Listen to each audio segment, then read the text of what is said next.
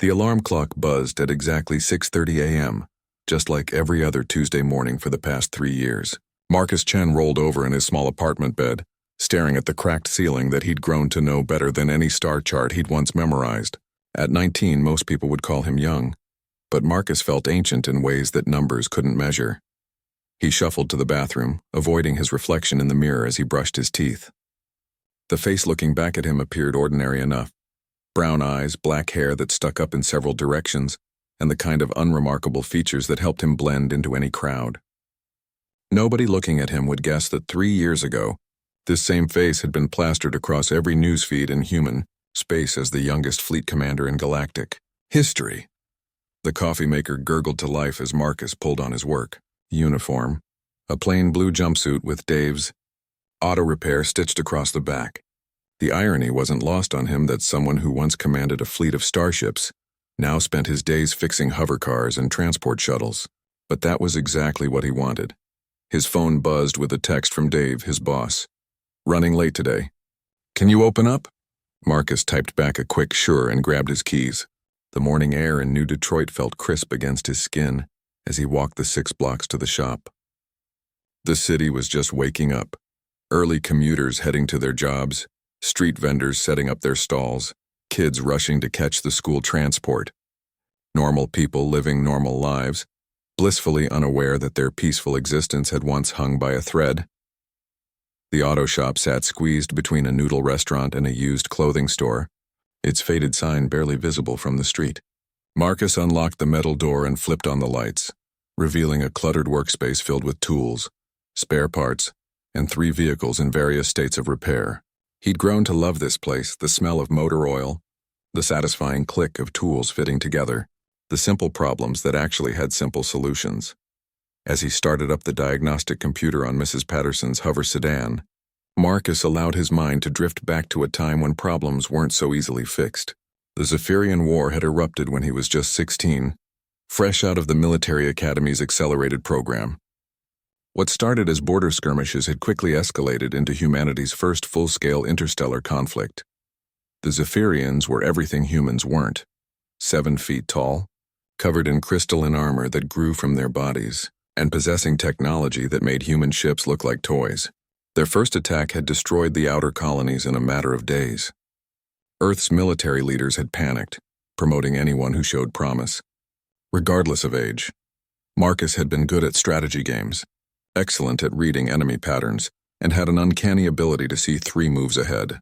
These skills, combined with humanity's desperate situation, had catapulted him from cadet to commander faster than anyone thought possible. By 17, he was leading desperate raids against Zephyrian supply lines. By 18, he commanded the largest human fleet ever assembled. The shop's bell chimed, pulling Marcus back to the present. A woman in her 30s entered, struggling with a crying baby and looking frazzled. "Excuse me," she said. "I know you don't open for another hour, but my transport won't start and I need to get to work. I'm already on thin ice with my boss and I can't afford to be late again." Marcus set down his diagnostic tool and smiled. "No problem. Let me take a look." They walked outside to where her battered transport sat smoking slightly. Marcus popped the hood and immediately spotted the issue: a loose connection in the power coupling, probably jarred free by the city's notorious potholes. "Good news," he said, reaching for his toolkit. "This'll take about 5 minutes and won't cost you anything. Just a loose wire." The woman's relief was immediate and genuine. "Thank you so much. You have no idea how much this means to me." As Marcus worked, tightening the connection and checking the surrounding components, he felt the familiar satisfaction of solving a problem. The baby had stopped crying, now fascinated by the soft humming sound the transport made. In moments like these, Marcus remembered why he'd chosen this life. The woman drove away with profuse thanks and Marcus returned to the shop. He'd barely started working on Mrs. Patterson's sedan again when his phone rang. The number made his blood run cold. It was scrambled, bouncing through multiple encryption layers. Only one organization had access to that level of security. "Marcus Chen," he answered, though he already knew who it would be: Commander Chen. The voice belonged to Admiral Sarah Morrison, one of the few people who knew where he'd disappeared to after the war. "We need to talk. I'm not a commander anymore, Admiral. I fix cars now. I'm aware of your current occupation, but we have a situation developing and frankly, you're the only person who might be able to help us understand it. Marcus closed his eyes, feeling the weight of old responsibilities trying to settle back on his shoulders. I told you 3 years ago that I was done. Nothing's changed. Everything's changed, Marcus. The Zephyrians are back. The diagnostic tool slipped from Marcus's hand, clattering to the concrete floor. He'd spent 3 years trying to forget the war, trying to become just another face in the crowd. The nightmares had finally stopped. The weight of command had lifted, and he'd found something resembling peace. That's impossible, Marcus said, though his tactical mind was already spinning up, analyzing implications. We destroyed their entire fleet. Their homeworld surrendered unconditionally. We destroyed the fleet we could see, Morrison corrected. Long-range sensors picked up energy signatures at the edge of the Kepler system. The patterns match Zephyrian technology, but they're different, more advanced. Marcus sank into a nearby chair, suddenly feeling every one of his 19 years. He'd given everything to end that war, his youth, his innocence, his ability to sleep peacefully. The idea that it might not be over felt like a physical blow. Send me the sensor data, he heard himself saying, hating how easily he slipped back into military thinking. I'll take a look, but I'm not making any promises. Already on its way to your secure terminal. Marcus looked around the shop, at the honest work, the simple problems, the life he'd built away from the galaxy's troubles. For 3 years, he'd been nobody special. Just another mechanic in a city full of ordinary people living ordinary lives. But as he watched the encrypted files download, Marcus Chen knew that his quiet life among the masses was about to end. The encrypted files finished downloading just as Dave arrived at the shop, his usual cheerful morning demeanor intact. Marcus quickly closed the secure terminal and pretended to examine Mrs. Patterson's hover sedan, though his mind was racing through the tactical implications of what Admiral Morrison had told him. "Morning, Marcus," Dave called out, hanging his jacket on a hook near the door. "How's the Patterson job coming along?" "Should have it done by lunch," Marcus replied, grateful for the normalcy of the conversation. Dave was in his 50s, a former transport pilot who'd opened the shop after retiring from commercial flights. He'd hired Marcus without asking too many questions about his past, which had been exactly what Marcus needed. The morning passed in a blur of routine maintenance tasks. Marcus repaired a faulty thruster assembly on a delivery truck, replaced worn brake pads on a family transport, and diagnosed an electrical problem in a small cargo hauler. Each task required focus and precision, skills that had served him well as a fleet commander but now felt comfortingly mundane. But every few minutes, his thoughts drifted to the encrypted files waiting on his secure terminal. The Zephyrians had been humanity's greatest threat, a species that viewed other intelligent life as nothing more than obstacles to their expansion.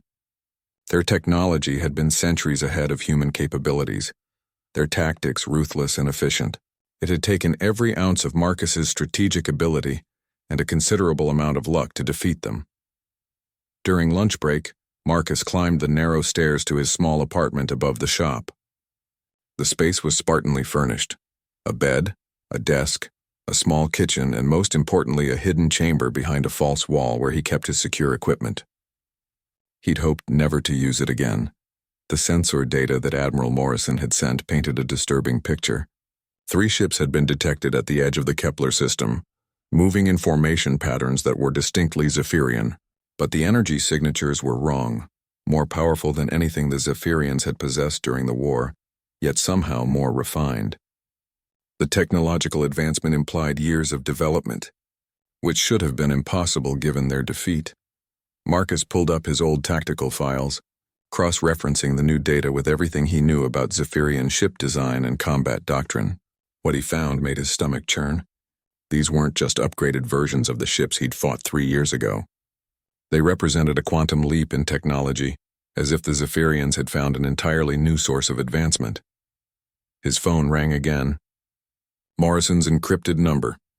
"I've reviewed the data," Marcus said without preamble. "And either the Zephyrians have made impossible technological leaps in 3 years, or these aren't the same Zephyrians we fought." Marcus paused, running calculations in his head.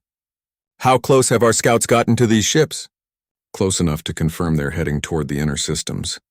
They'll reach the outer colonies in approximately 6 days. Marcus felt the familiar weight of responsibility settling on his shoulders. 6 days meant the colonies had time to evacuate, but barely. It also meant that whatever these ships intended, they weren't taking their time about it.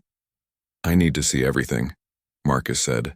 "Ship specifications, movement patterns, any communication attempts. And I need to know what happened to the Zephyrian prisoners we took during the war."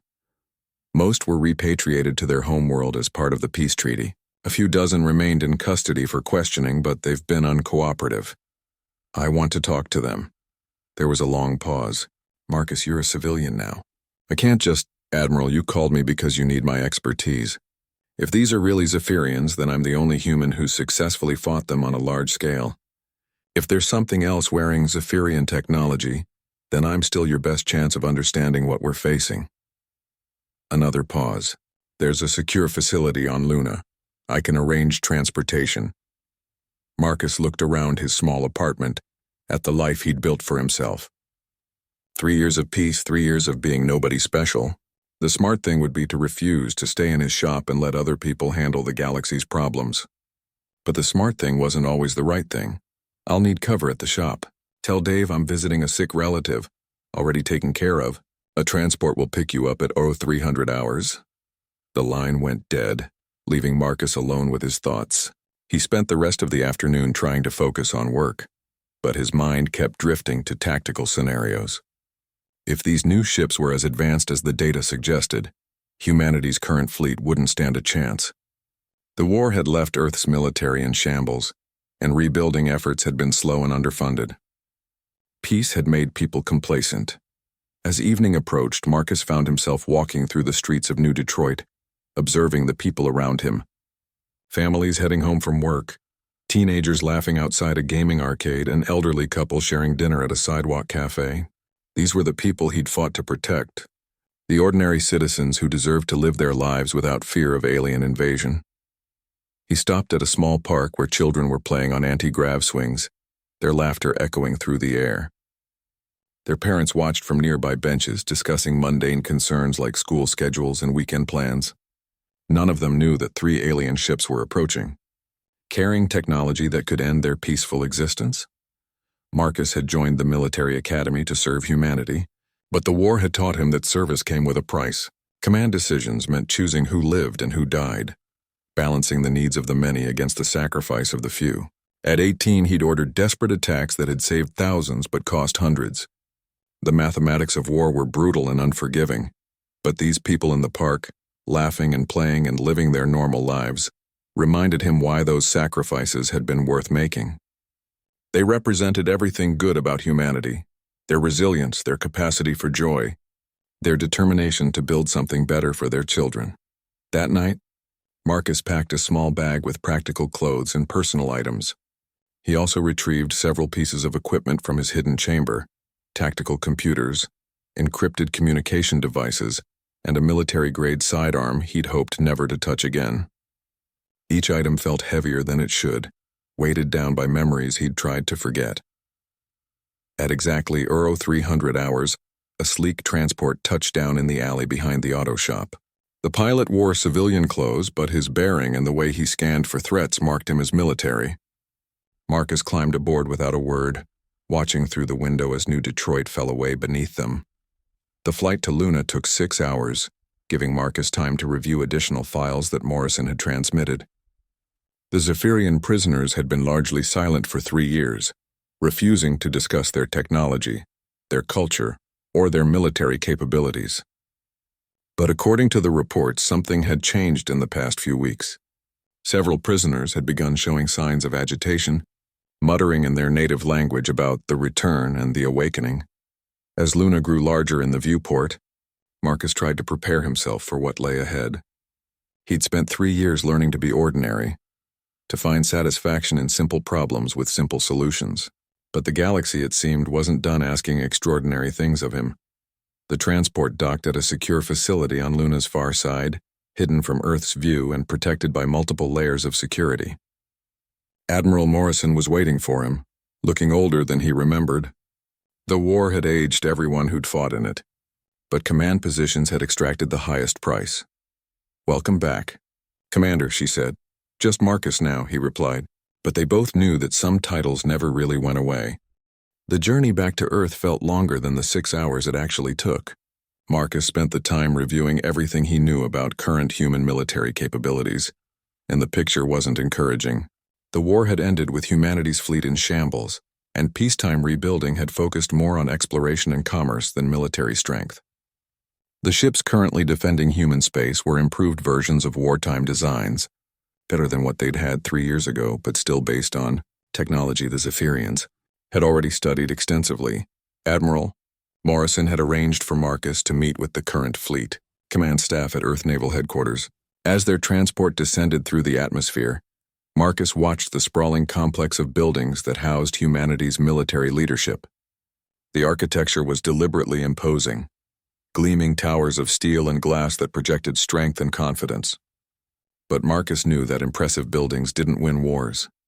The briefing room was filled with officers he didn't recognize, most of them older than him by at least a decade. Admiral Morrison made introductions, but Marcus could see the skepticism in their faces. To them, he was just a teenager who'd gotten lucky during wartime and then disappeared when the real work of rebuilding began. They had no idea that his luck had been built on careful analysis, innovative thinking, and a willingness to take risks that more experienced commanders wouldn't consider. "Gentlemen," Morrison began, "Commander Chen has just returned from interviewing the Zephyrian prisoners. What he's learned changes everything we thought we knew about the war." Marcus stood, feeling uncomfortably like he was back in the academy presenting a tactical analysis to his instructors. "The Zephyrians we fought 3 years ago weren't trying to conquer us. They were testing us. The entire war was an evaluation of human military capabilities." The room erupted in skeptical murmurs. Admiral Harrison, a gruff man in his 60s who commanded the home fleet, spoke first. "That's impossible. We monitored their communications throughout the war. They were coordinating military operations, not running experiments. Because they wanted us to think we were fighting a real war," Marcus replied. "The communications we intercepted were genuine tactical discussions, but they were tactics designed to test specific aspects of human military doctrine. Every major battle was structured to evaluate different capabilities: our adaptability, our resource management, our willingness to take casualties for strategic objectives." Commander Sarah Mills, the fleet's chief tactical officer, leaned forward. "Even if that's true, so what? We won. We proved ourselves capable. We proved ourselves capable of defeating the Keth Varan," Marcus corrected. "But according to the prisoners, the Keth Varan were just their exploratory force. The real military power of their species is called the Keth Miran, and they've spent the last 3 years adapting their technology based on what the Keth Varan learned from fighting us." He activated the holographic display in the center of the room, showing the sensor data from the 3 approaching ships. "These vessels represent technology that's generations beyond what we faced during the war. But there are only 3 of them, which suggests this is another test." Admiral Harrison studied the display. 3 ships against our entire fleet? Even with advanced technology, those aren't good odds for them. "Unless the test isn't about winning," Marcus said. "What if it's about how we fight?" The prisoners were very interested in discussing my tactical innovations during the war. They seemed to value creative thinking and adaptability over raw firepower. Commander Mills ran her fingers through her short blonde hair, a nervous habit Marcus remembered from the tactical briefings during wartime. "You're suggesting they want us to find a creative solution to defeating them?" "I'm suggesting they want to see if we've continued to evolve militarily since the end of the war. If we just throw our standard fleet formations at them and get defeated, we'll have proven that humanity has reached its tactical ceiling. But if we can find a way to defeat technology that should be superior to ours, then we prove we're worth keeping alive," Morrison finished. The room fell silent as the implications sank in. These weren't just 3 enemy ships approaching. They were judges sent to determine whether humanity deserved to continue existing. The weight of that responsibility settled over everyone present like a physical burden. "What do you recommend?" Harrison asked. And Marcus was surprised to hear genuine respect in the older man's voice. Marcus studied the tactical display, his mind automatically analyzing formations and possibilities. "First, we need to assume they know everything about our standard tactics. Every ship movement, every formation pattern, every strategic doctrine we used during the war has been studied and countered. We need to think completely outside conventional military wisdom. Easier said than done, Mills commented. Our current fleet doctrine is based on lessons learned during the war. If we abandon those lessons, we're essentially flying blind. Not abandon, Marcus corrected. Evolve. The Zephyrians are expecting us to fight like we did 3 years ago, just with better ships. What if we don't? He gestured to the display, highlighting the 3 approaching ships. Look at their formation. It's perfectly geometric, precisely coordinated. That suggests they're still thinking in terms of conventional military doctrine, just with superior technology. But what if we approach this like a puzzle instead of a battle? Commander Mills raised an eyebrow. Explain. Marcus felt the familiar rush of tactical inspiration that had served him so well during the war. During my interviews with the prisoners, they consistently mentioned being impressed by human creativity and adaptability. They seem to value those traits above raw military power. What if this test isn't about defeating their ships in combat, but about demonstrating those qualities they claim to value? You want us to treat a military engagement like a creativity contest? Harrison asked incredulously. I want us to fight in a way that no military academy would ever teach, Marcus replied. The Zephyrians have studied our doctrine, our tactics, our strategic thinking, but they can't have studied approaches we've never used before. He began sketching modifications to the tactical display, showing unconventional ship movements and formations that violated every principle of space combat doctrine. What if we use our commercial shipping as part of our defense? What if we treat this engagement like a 3-dimensional puzzle, instead of a traditional battle? What if we deliberately create chaos and then adapt to it faster than they can? The room buzzed with discussion as the senior officers considered his suggestions.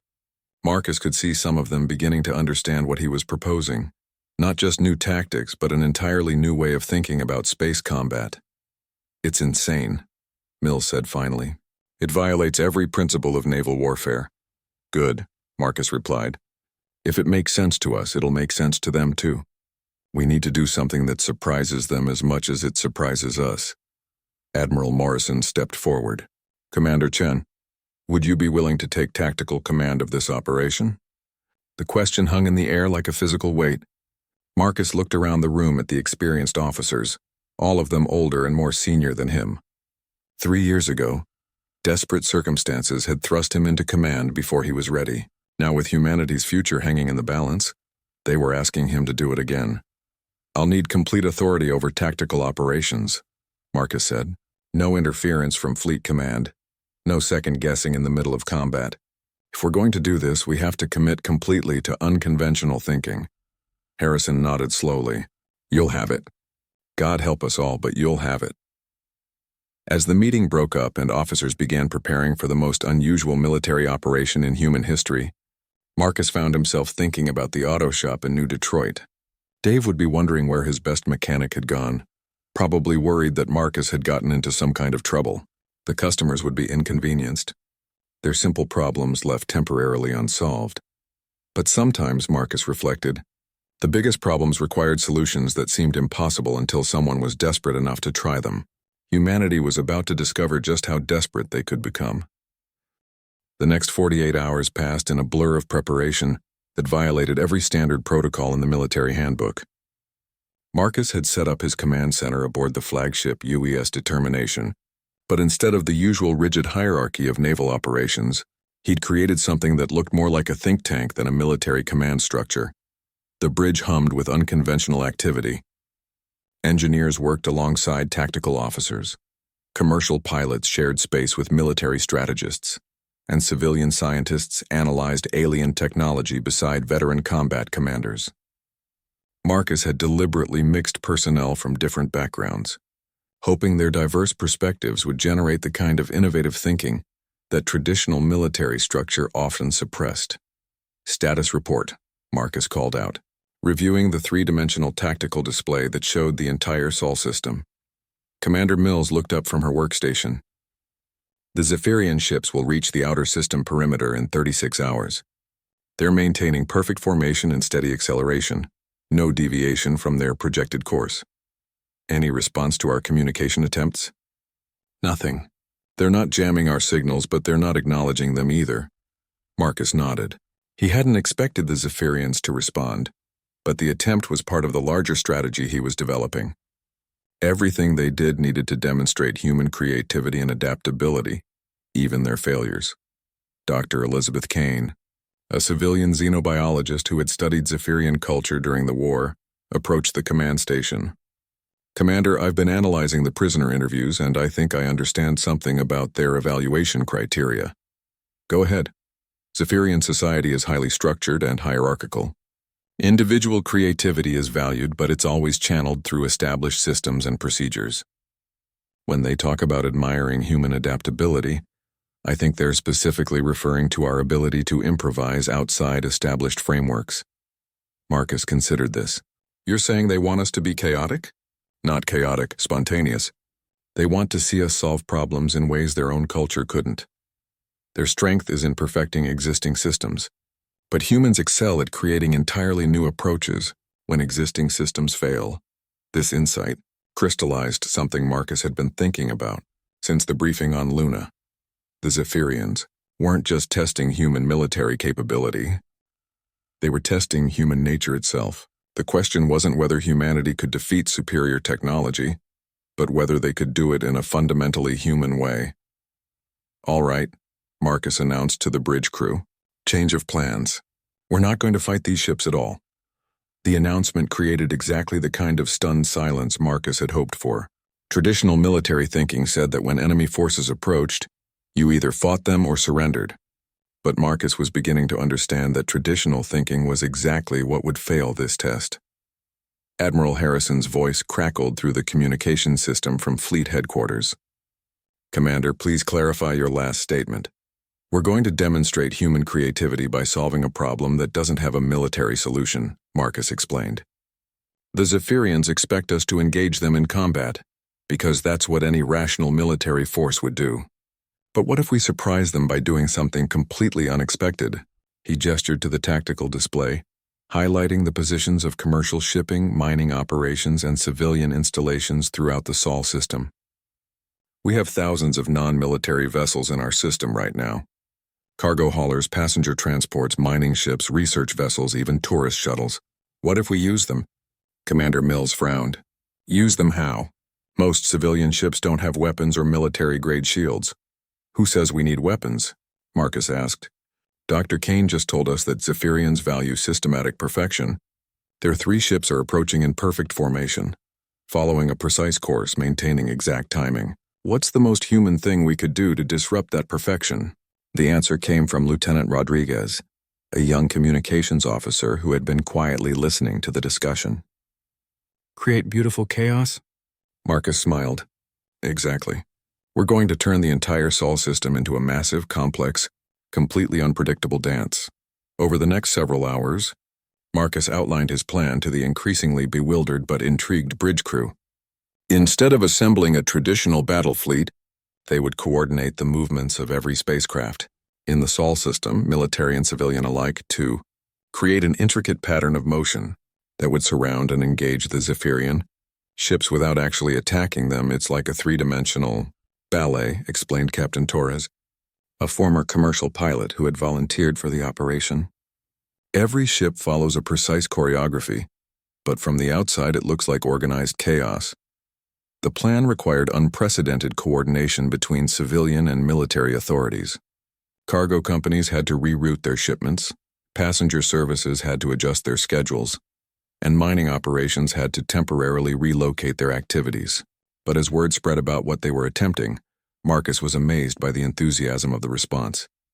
"Sir," Lieutenant Rodriguez reported, "we're getting volunteers from all over the system. The passenger liner Stellar Dream wants to participate. So does the mining consortium from the asteroid belt.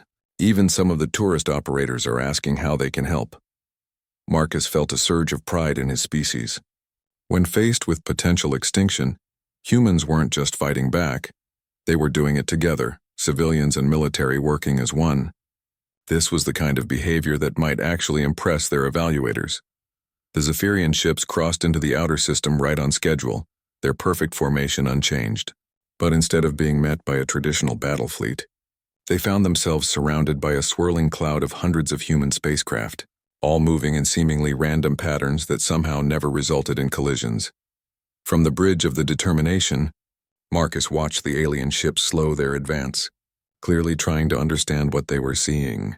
The Zephyrian formation began to show signs of confusion, as their sensors detected no hostile intent from the human vessels, but also no clear pattern they could predict or counter.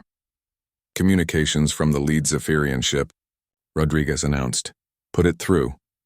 The voice that emerged from the speakers was clearly artificial, translated through their universal communication system. Human vessels, state your intentions. Marcus took a deep breath.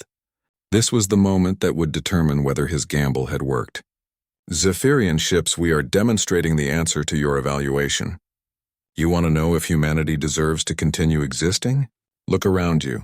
Hundreds of different ships, military and civilian, working together in perfect harmony despite having no central control system. This is what humans do that your species cannot. We create order from chaos through cooperation rather than command. There was a long pause. Then, elaborate.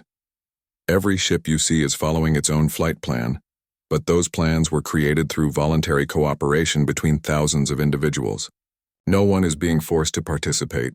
No one is following orders from a central authority. Yet somehow we've created a pattern complex enough to surround your ships without a single collision or conflict. Marcus gestured to the tactical display, which showed the beautiful, chaotic dance of human spacecraft. This is human nature. Not the military tactics you studied during the war, but the actual essence of what makes us human. We don't achieve perfection through rigid systems. We achieve it through creative cooperation. The Zephyrian ships continued to move slowly through the swirling pattern of human vessels, their sensors undoubtedly analyzing every aspect of what they were witnessing. Marcus could imagine the alien minds trying to understand how such apparent chaos could function so smoothly. Why do your people cooperate without compulsion? The Zephyrian voice asked. Marcus smiled. Because that's what humans do when something matters. We argue and compete and disagree about everything. But when our survival is at stake, we come together and create something greater than the sum of our parts. As if to emphasize his point, a small tourist shuttle painted in bright colors spiraled past the Zephyrian lead ship, its passengers probably getting the sightseeing tour of a lifetime. The contrast between the elegant alien vessel and the cheerfully chaotic human craft perfectly captured what Marcus was trying to demonstrate. Humanity's greatest strength wasn't their military might or their technology, it was their ability to work together while remaining stubbornly, creatively individual. The Luna detention facility looked exactly like what it was, a prison designed to hold the most dangerous beings in human space. Admiral Morrison led Marcus through multiple security checkpoints, each one requiring biometric scans and clearance codes. The walls were thick composite material designed to withstand both physical assault and energy weapons, while the corridors hummed with the subtle vibration of force field generators. We have 43 Zephyrian prisoners, Morrison explained as they walked. Most have been completely silent since their capture, but in the past 2 weeks something's changed. They've become agitated, almost excited. Any idea what triggered the change? The timing coincides with when our long-range sensors first detected the approaching ships. It's as if they knew their people were coming before we did. Marcus frowned. During the war, captured Zephyrians had never displayed any kind of telepathic or long-range communication abilities. Their strength had always been their technology and their ruthless tactical thinking, not psychic powers. This development suggested capabilities that intelligence had missed during the conflict. They stopped outside a reinforced observation chamber. Through the transparent aluminum window, Marcus could see a single Zephyrian prisoner seated in the center of a sparse cell. The alien was exactly as he remembered them. 7 feet tall, humanoid in basic shape but covered in the distinctive crystalline plates that served as both armor and sensory organs. The crystals shifted color constantly, creating patterns that Marcus had learned to read as emotional states during interrogations. This is Keth Varan, Morrison said. He was a ship commander when we captured him. Highest-ranking prisoner we have. The Zephyrian's crystals pulsed with deep blue and violet patterns, excitement mixed with anticipation. His head turned toward the observation window, though Marcus knew the glass was one way. Those large, multifaceted eyes seemed to stare directly at him. He knows I'm here, Marcus said. That's impossible. The viewing chamber is completely... Keth Varan stood and approached the window, his movements fluid despite the restraints around his ankles. When he spoke, his voice carried the distinctive harmonic quality of Zephyrian speech. But the words were in perfect English. "The young commander returns," Kethvaran said, his crystal plates shifting to patterns of amusement. "We wondered if you would come." Morrison looked shocked. He's never spoken before. Not once in 3 years. Marcus stepped closer to the window. "You remember me, remember? How could any of my people forget the human child who brought our fleet to ruin? You are famous among the Kethvaran, Marcus Chen.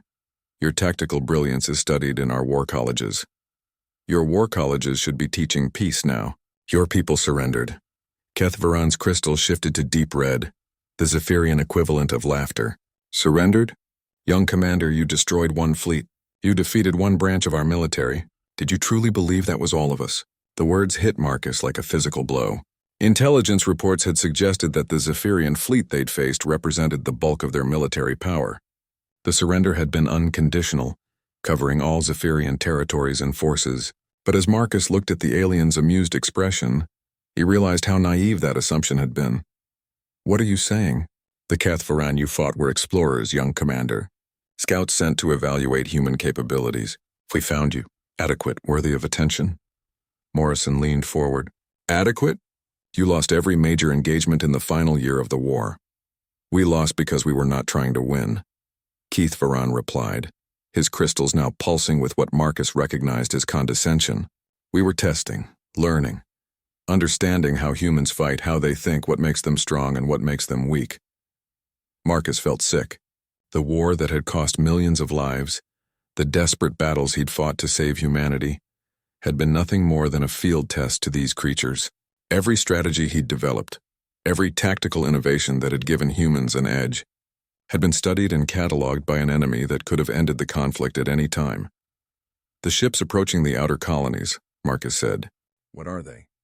"The real fleet, young commander. The Kethmaran, our true military force.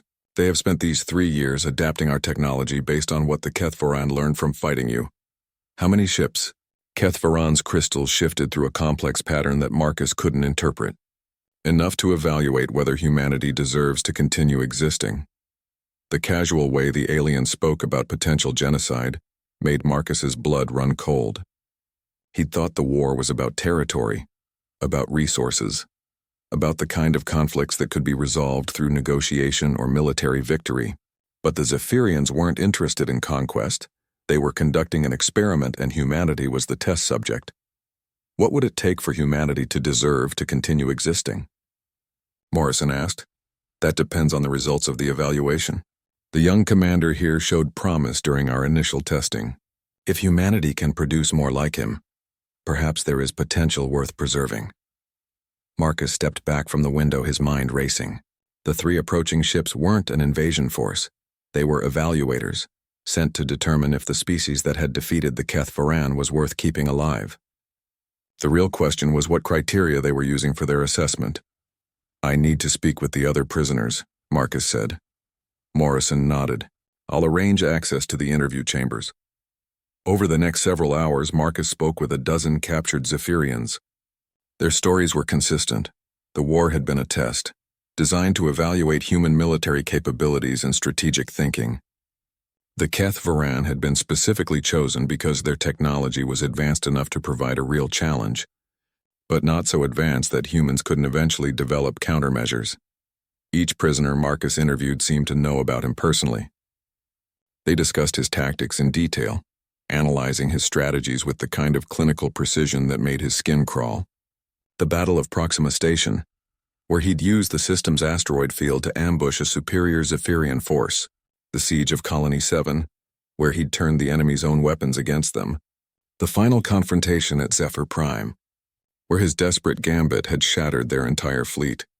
All of it had been recorded, studied, and transmitted back to the Zephyrian homeworld for analysis. "They're not just evaluating our military strength," Marcus told Morrison as they reviewed the interview transcripts. "They're evaluating our potential for growth, our ability to adapt and innovate under pressure." "And what's their conclusion?" Marcus looked at the tactical displays showing the 3 approaching ships.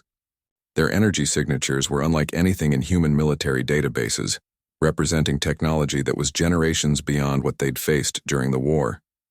But there were only 3 ships, when the Zephyrians could clearly field massive fleets if they chose to. "I think they're giving us another test," Marcus said. "3 ships against our entire rebuilt fleet.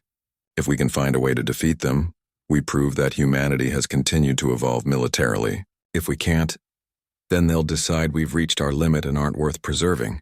Morrison finished. Marcus nodded. "The question is whether we're ready for a test designed by an enemy that knows all our previous tactics."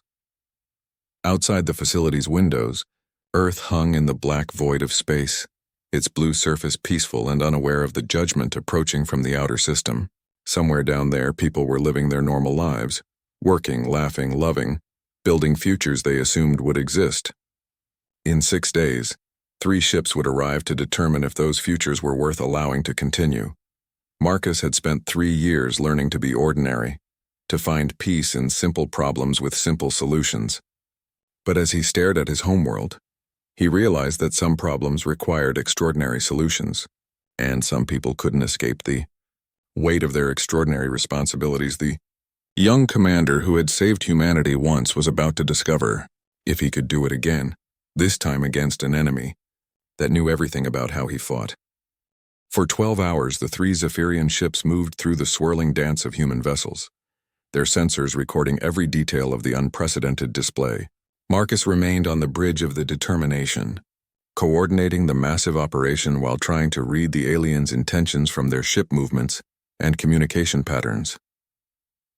The Zephyrians had stopped asking questions after their initial exchange, but their ships continued to maneuver through the human formation with what Marcus interpreted as careful observation rather than hostile intent.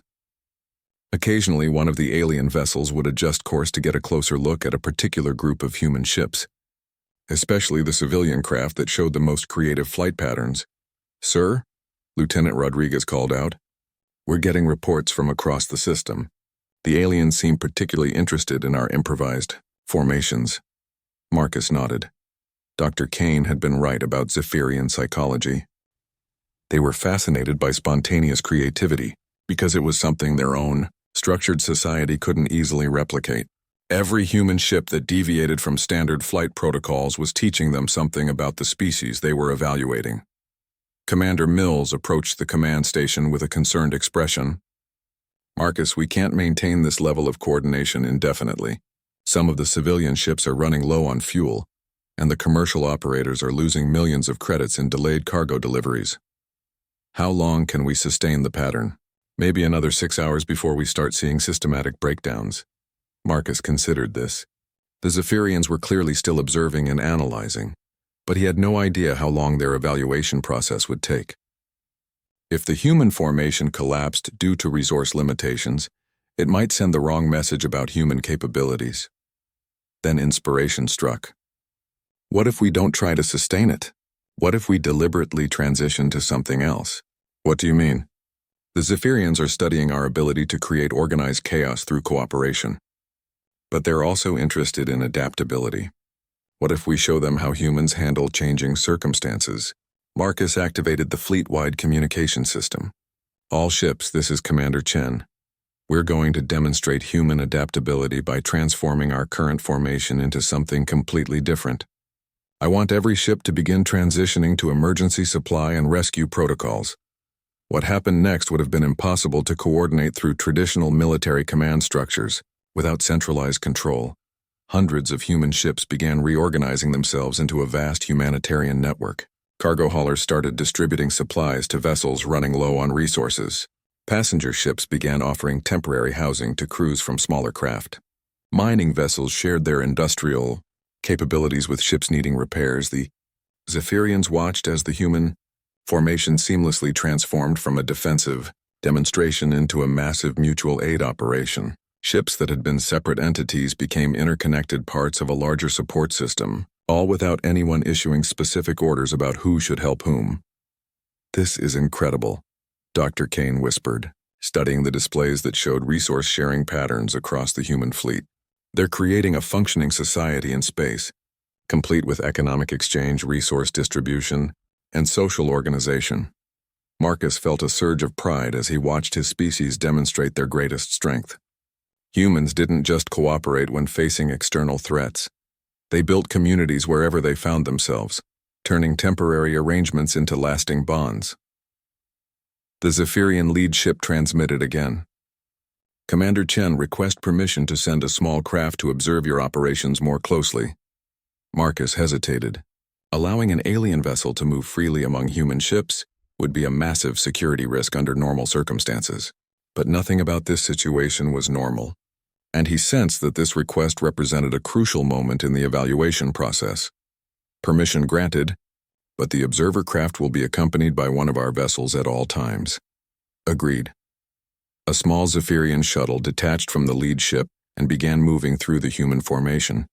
Escorted by the corvette UES Vigilant, Marcus watched through remote cameras as the alien craft approached various human vessels, its sensors undoubtedly recording detailed information about human technology, social organization, and operational procedures.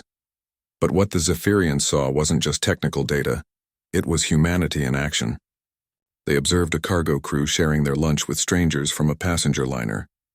They recorded a mining foreman teaching improvised repair techniques to a tourist shuttle pilot. They documented families with children aboard civilian transports, living their lives normally despite being surrounded by the most important military operation in human history. Commander, Rodriguez announced, the Zephyrian observer craft is requesting permission to communicate directly with some of our civilian crews. This was even more unprecedented. Marcus made a decision that he hoped wouldn't come back to haunt him. Grant permission, but monitor all communications. Over the next several hours, the Zephyrian observer engaged in conversations with dozens of human civilians. Marcus listened to the translated exchanges, fascinated by what the aliens chose to ask about. They weren't interested in military capabilities or technological specifications. Instead, they asked questions about human families, about why people chose to work together, about how decisions were made without central authority. The responses were distinctly human. A cargo pilot explained that he'd volunteered for the operation because it seemed like the right thing to do. A mining engineer described how her crew had voted to participate because everyone agreed it was important. A family aboard a passenger liner said they weren't afraid because all these ships are working together to keep everyone safe. To the Zephyrians, accustomed to rigid hierarchies and systematic decision-making, these answers must have seemed almost incomprehensible. Humans were making critical choices based on personal values and group consensus, rather than authority and protocol. As the observer craft completed its survey and returned to the lead ship, Marcus felt the tension on the bridge increase. This was the moment of truth. The Zephyrians had gathered all the information they needed to make their evaluation. Now humanity would learn whether they had passed the test. The three alien ships moved into a tight formation and came to a complete stop relative to the human fleet. For several minutes nothing happened.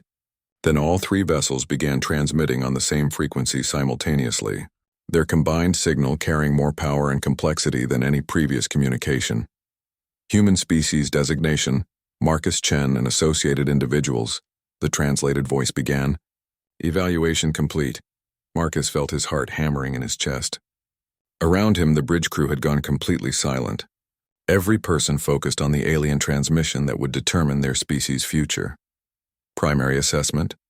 Human species demonstrates unique capacity for voluntary coordination without hierarchical compulsion. Secondary assessment. Human individuals maintain personal autonomy while achieving collective objectives through consensus and mutual aid. Tertiary assessment. Human society exhibits adaptive resilience through creative problem-solving and resource sharing. The pause that followed felt like an eternity. Conclusion. Human species exhibits behavioral patterns and cognitive capabilities not present in Keth Varan database. Recommendation for Keth Moran High Command. Establishment of formal diplomatic contact with human government for potential alliance designation. Marcus felt his knees go weak with relief. They had passed. Not only had humanity proven worthy of survival, but the Zephyrians were suggesting something that went far beyond mere tolerance.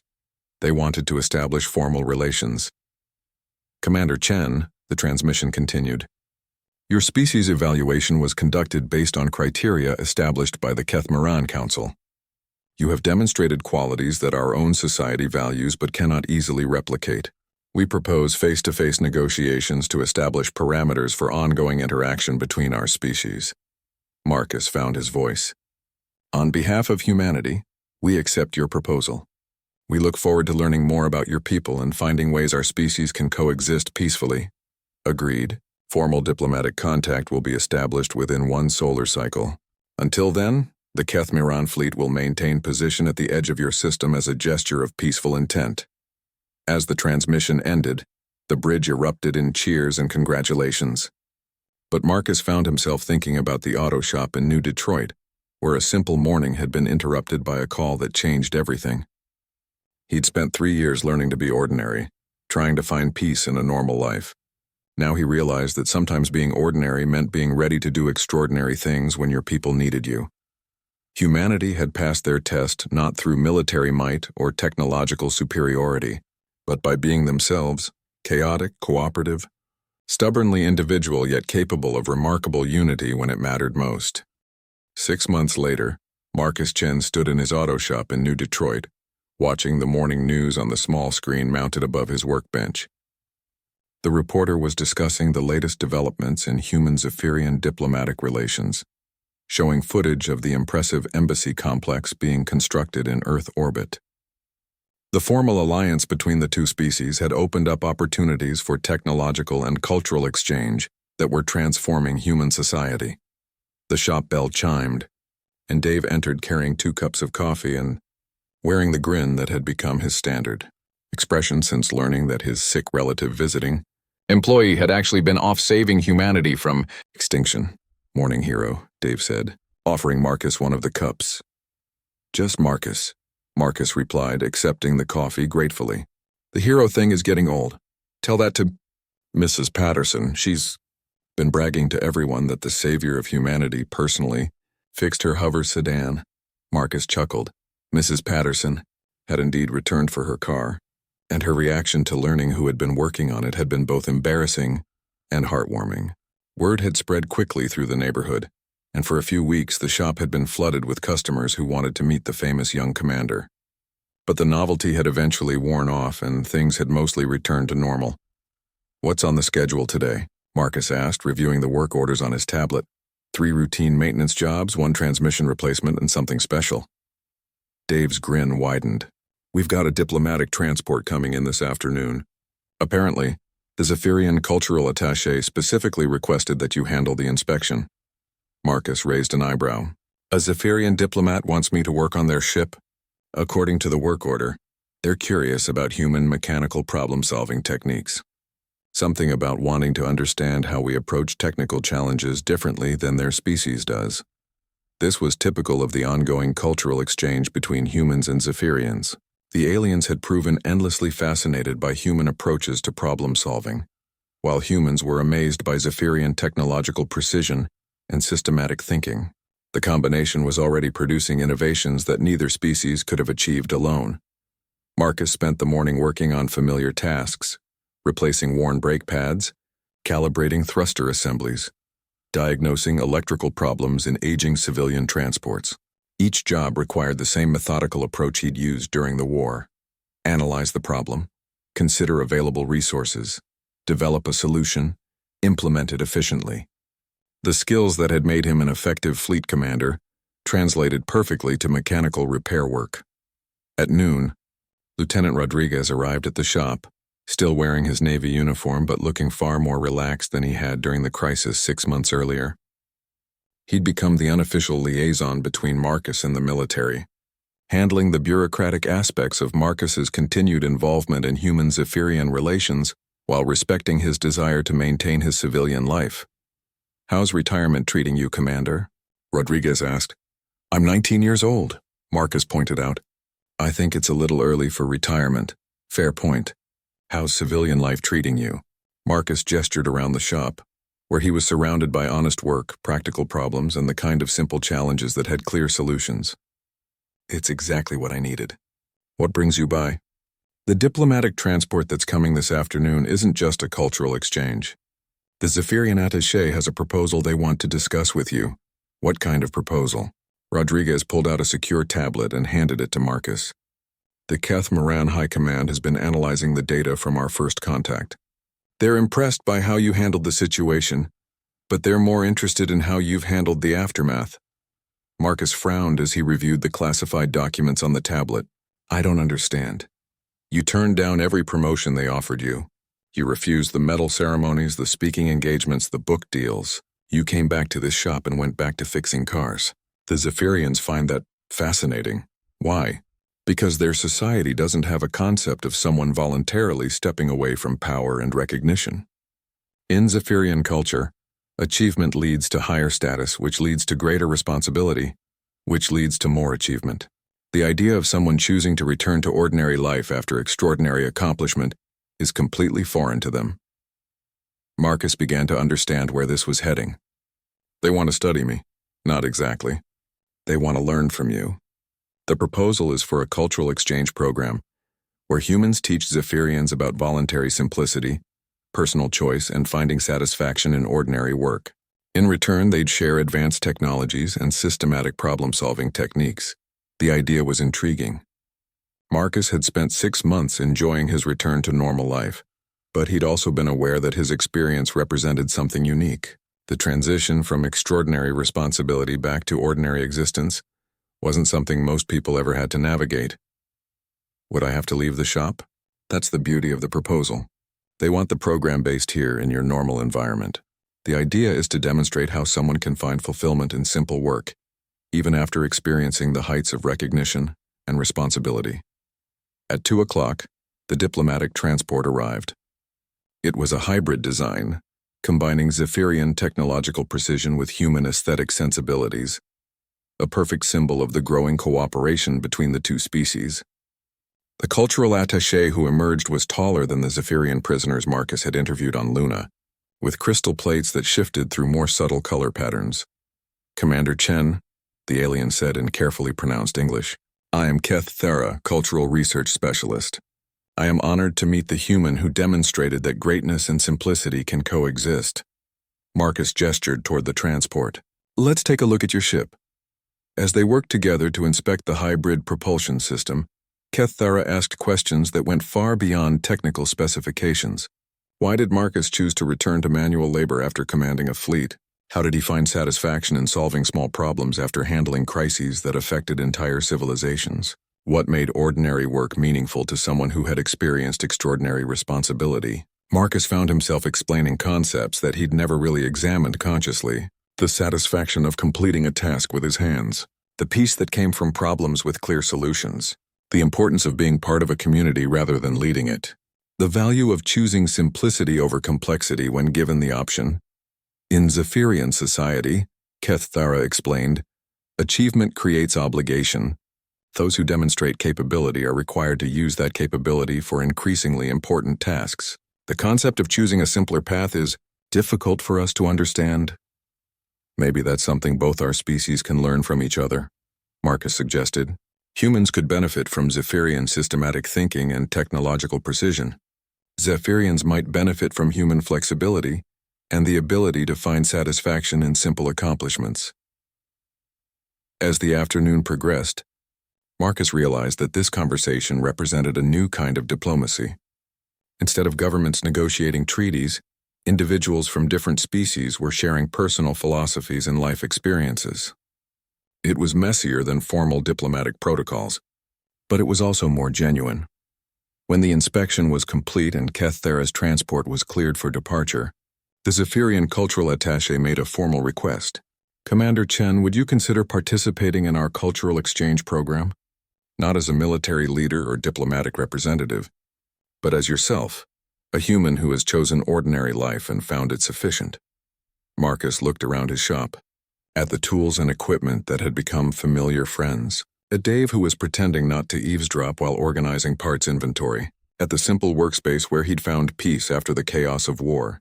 This place had given him exactly what he needed, the chance to be nobody special, to solve simple problems, to live a quiet life among ordinary people. But maybe being ordinary didn't mean being isolated. Maybe his experience of choosing simplicity over recognition could help others, both human and alien, understand that there were many different ways to find meaning and satisfaction in life. I'll do it, Marcus said. But on one condition: the program operates here in this shop as part of normal daily operations. No special facilities, no academic settings. If you want to understand how ordinary life works, it has to happen in an ordinary place. Keththera's crystal plates shifted to patterns Marcus had learned to interpret as pleased agreement. That is exactly what we hoped you would say. As the diplomatic transport departed, Marcus returned to his workbench where a half-repaired thruster assembly waited for his attention. Tomorrow he would begin a new kind of service to humanity. Not as a fleet commander or military hero, but as a teacher and example of how someone could choose contentment over acclaim. He picked up his tools and got back to work, finding the same satisfaction in fixing broken parts that he'd once found in tactical planning. Some people were meant for greatness measured in monuments, and